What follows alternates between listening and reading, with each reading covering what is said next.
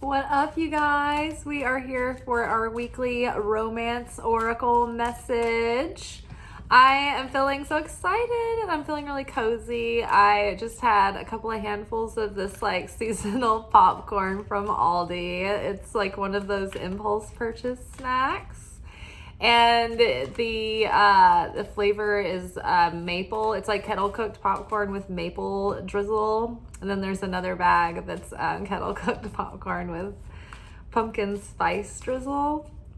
And when you take a bite of the two combined, they taste like the smell of the pumpkin spiced candle that I have going.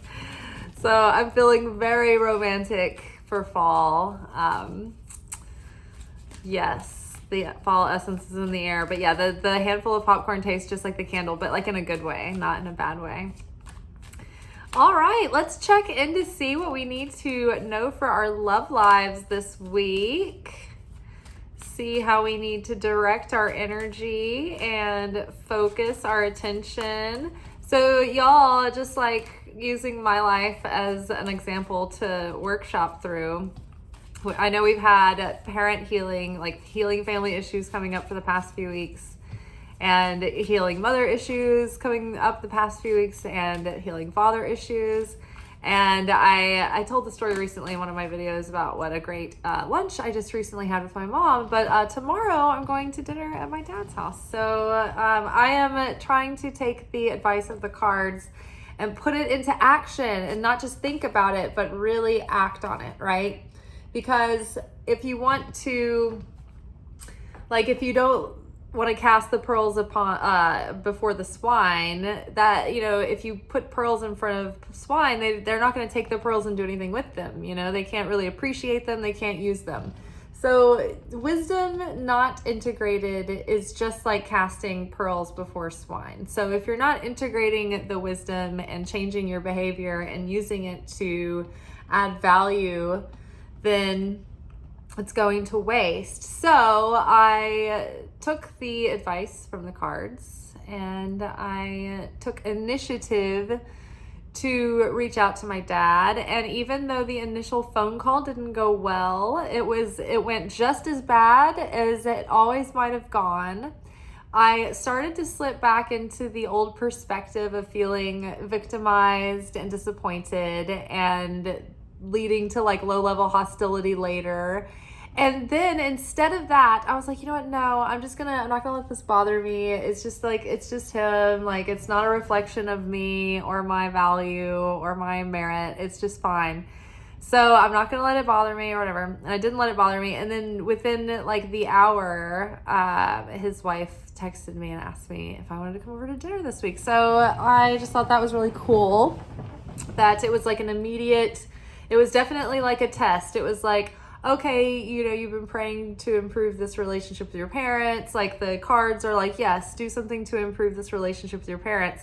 It's like you reach out, you put yourself out there, creation phase 3, right? You put yourself on the line, you know, you open up your heart, and then boom, like still the same sort of like hurtful test comes up in your face and you're like, okay, what are you going to do with this? You know, are you going to change your perspective? Because first we have to change our mind and the way that we think about things and the way that we perceive things before we can have a change of heart and before we can change the way that we feel about things. So when we can shift our perspective, it's like it radically shifts everything else as well because we feel completely differently. So me thinking through the old lens because of the default kind of muscle memory, I had to stop, pause, recognize that and say, you know what? No, I'm building new neural pathways. This is just an old default setting, but we're unprogramming this kind of, you know, belief, right? And this behavioral pattern. And so it's almost like you have to like wipe the hard drive and like re-upload like all the apps again, right? But you're getting rid of anything that's not serving you. And so we're rewriting our subconscious and we're using our neuroplasticity to rewrite our neural pathways and to set new belief systems and new structures and implant ourselves with positive and healthy default settings, right? But it takes practice.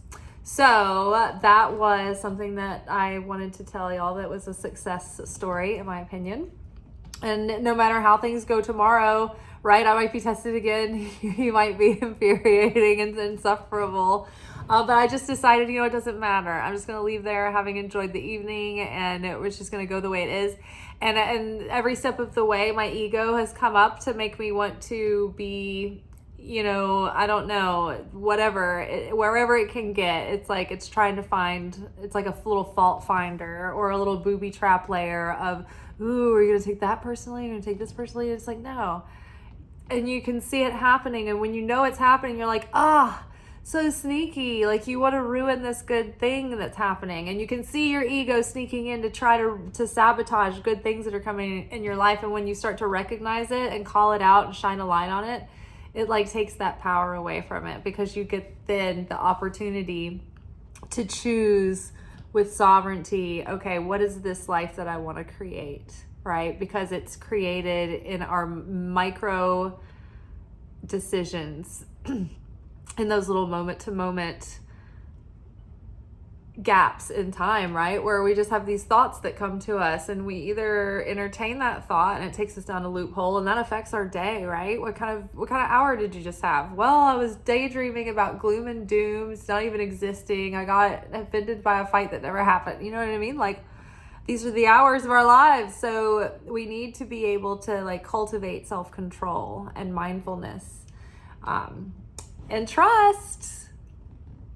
So there have been so many messages recently about the final, like one of the final initiations, one of these initiative tests going into this new cycle in order to get us into creation phase 4, right? So creation phase 3, it's like you've done everything you can. You've been, doing all the work, and you've been doing the spiritual work. You've been taking physical actions, and like you've been like, taking that risk and that leap of faith and doing the big like self-sacrifice and all those things where you're like, I know I need to fix this before this will happen, all of that, and still like crickets.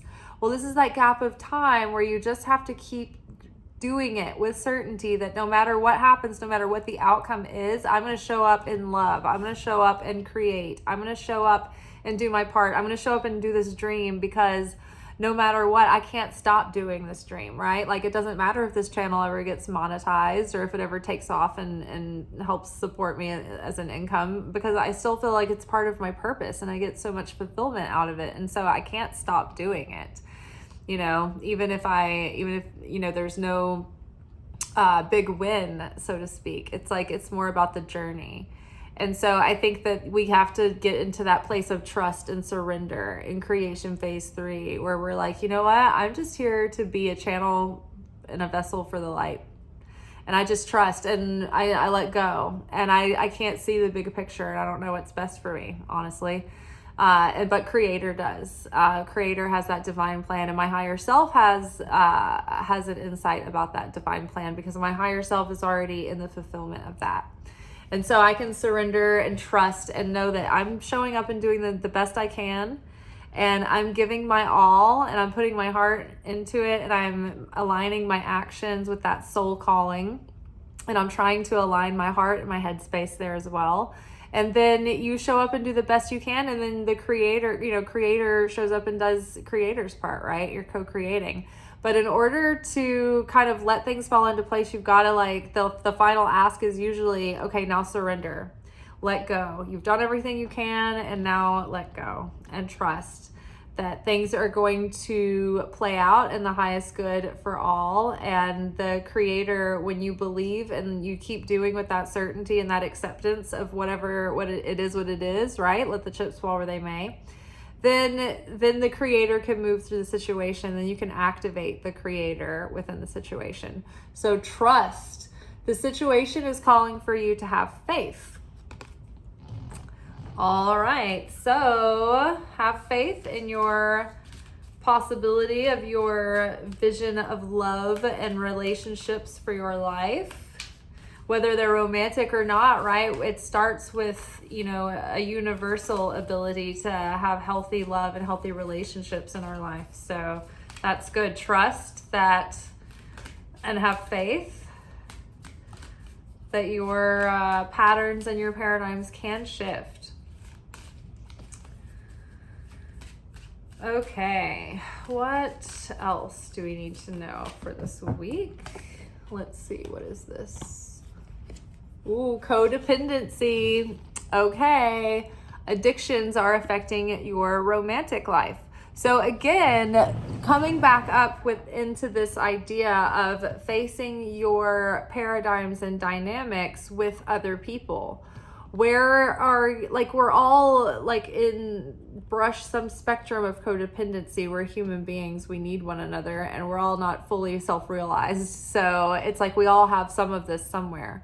Sometimes codependency can just be like you always showing up in this role, right? And it can show up in a lot of different ways and manifest in a lot of different ways.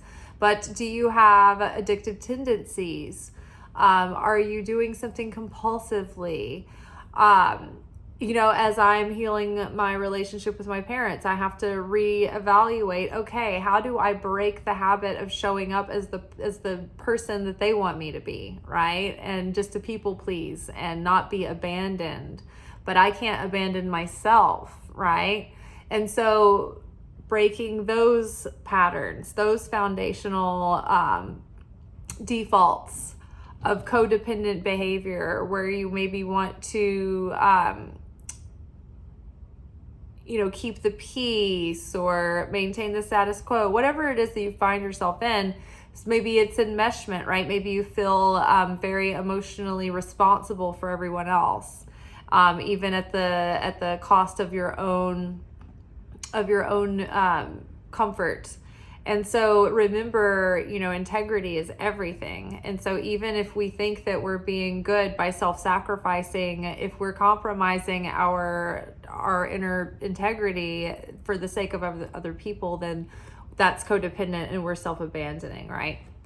So we're trusting that this week that Creator is at hand and at play and present in all things, and just being open to being teachable and malleable. So when you see your codependency this week, like lean in and embrace that and don't look away, because the more that we can see it and get very familiar with it, the less power it has over us. Because like I said, when we recognize that pattern and we see it coming up, we're like, oh, I don't want to live in default setting. Like I'm not a robot. So I want to, take charge and be in control and be, intentional on purpose. So forgiving and learning. So I think this is going to be like really big breakthroughs with insight about what's been compelling us and driving us and driving our impulses. And so that we can start to rewrite that for ourselves. Forgiving and learning. So as you release and heal the past, you experience more love in your present moments. So again, I've had to actively practice this in preparation of going in to dinner with my dad, because obviously, like, when you are about to heal something, especially like for your family, and you can actually, your family healing, like maybe like my healing with my dad could affect like the rest of the family in a positive way too, because we're all connected. And so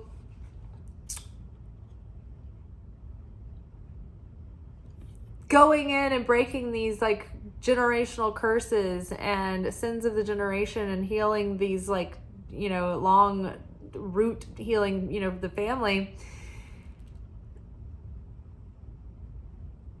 it's going to be attacked by the opponent.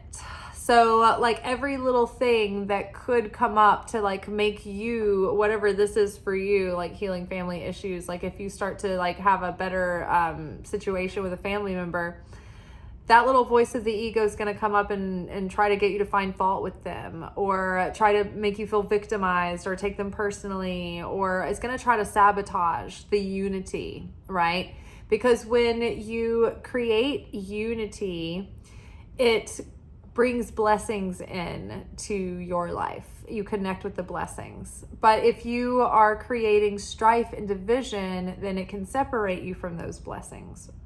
So just be aware that when you go to start doing this forgiveness work and remending and patching, that doesn't guarantee that things are just going to start getting better. It actually almost guarantees that you're going to be under the scrutiny of the opponent, and the opponent is going to try to probably sabotage. So that means you have to be extra like savvy, extra shrewd, and be on, vigilant about watching out for moments where you could get butthurt about something and letting it go. Choosing peace, choosing unity at all costs. Like, I am going to be practicing acceptance, humility, unity, like no matter what, right? And try not to take things personally. Vote for forgiving and learning. And it's easier to meet each moment if you can stay in the present and not have a fuse that's so low because of all the things that came before, right? Try to let those go and come in with a new fuse. And then we have the flirt card. Ooh. So this card's come up for the past few weeks, and it might have been taking you time to get the energy up to feel like super flirty. We've had a lot of heavy lifting to do the past few weeks, and I think the universe has just been like, don't give up on life. Like, come on, stay playful and like do your best. But I think that like extend your lighthearted energy to others. I think that more and more, you don't have to like feel like you have to be, turn it up to 11 all the time, right? But I think like little by little, I think we've been starting to feel lighter and freer and more alive, and like feeling like we're getting our bearings again. So through this like rebirth process, it's funny. Last night was the episode where I love to watch shows. I love to rewatch shows, but I feel like no matter what I'm watching, the episode that I'm watching always has like some kind of like weird little synchronicity lesson for the day that's like, oh, this is sort of like the lesson that, you'll see other lessons in this. So last night I was watching The Chosen, which is about Jesus and his disciples, and this episode was about Jesus bringing Lazarus back from the dead. He rose Lazarus from the dead. And as Lazarus, after he was resurrected, like he was like very disoriented. It took him a while to get grounded in. Again, he was like tired, hungry. He needed a bath. Like he needed to get like reinvigorated. And it took a few days for him to like get his full strength back. But we, in a way, are resurrecting also. We're kind of getting a reboot and a reset. So I think over the past couple of weeks or so, we've been sort of like coming back online and getting our bearings again. But I think it's like, it's like safe to come out, out into the light, out into the open, and put our energy out there, open ourselves up, have fun, be sociable. All right, so let's get a little bit of clarity on these cards before we wrap it up. So let's get a little bit of clarity on trust. Ooh, oh, okay. We've got the Empress card here. So this is really good. I love this. Trust that like you are at a new level, and the Empress is like arrived at where they have because they have listened to the Creator. They have listened to that inner guidance, and they've been able to take action. And they know how to sit in stillness and receive that guidance, and then also act on that and nurture themselves, nurture their environments. The Empress is all the queens wrapped into one. So she's able to nurture her feelings and her emotions and nurture others through being a very emotionally nurturing person. She can nurture people in physical ways through like nourishment and a beautiful environment and secure surroundings. And she's been able to do that for herself, like nourish herself, self-care, self-love, building a nice surroundings in her home, being able to like create security and stability. And then the Queen of Wands aspect, which is like very charismatic and energetic and ambitious and outgoing, and able to like balance that, like all of those different aspects of like being industrious, but also being like the homemaker and the entertainer and being charismatic. And then what do we have? Oh, the Queen of Swords, someone who is like shrewd, experienced, like not easily won over, but once you get there, like get on their good side, like they've got your back. Like the Queen of Swords will sees it clearly and tells it like it is. And because of the life experience that Queen of Swords has been through, like she does not suffer fools lightly. She does not play along to get along. You know, she can see things and communicate things very clearly.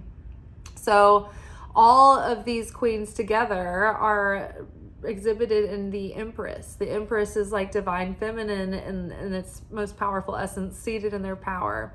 And with the Empress too, it's like this feminine expression of the perfect balance of masculine and feminine and that unity. And because of that, there's so much like creation and fertility and abundance and beauty around the Empress. Also, the Empress card here, Venus is the Empress card. It's associated with this card, and there's a lot of like Venus activity going on like yesterday, today, tomorrow. We've been surrounded by lots of Venus aspects. Okay, let's get a little bit more insight on codependency. But yeah, I think we're trusting our intuition and then being able to act on that.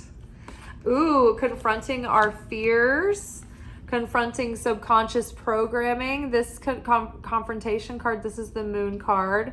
So codependency was with this. So this is about like, the moon rules over our unconscious and the subconscious. And so this is like confronting our shadow, confronting our patterning, confronting that inner child, you know, reparenting that inner child, confronting that ego self that wants to come up when good things are about to happen and that wants to sabotage the thing in very little sneaky, subtle ways. So this is about like outing that shadow, confronting the darkness within ourselves. Right? So that it doesn't sabotage good things trying to come in. We have to confront those fears and we have to like walk through them and be able to like own that, to walk away from like, what is the, you know, confronting a fear connected with codependency. Codependency. It's like, that's when we compromise ourselves because we're afraid of being abandoned, right? Or left out in the cold. And so we perform like, oh, I'll do my side of the deal if you do your side of the deal kind of thing. That's like kind of codependent. Like, well, this is my role and that's yours, or, you know, this and that, this equals that kind of thinking. So confronting these fears releases you from those behaviors because you are able to be interdependent and stand on your own 2 feet. And fear isn't causing you to be reactive and go back to codependent tendencies. Okay, let's look into forgiving and learning. What more do we need to know about that?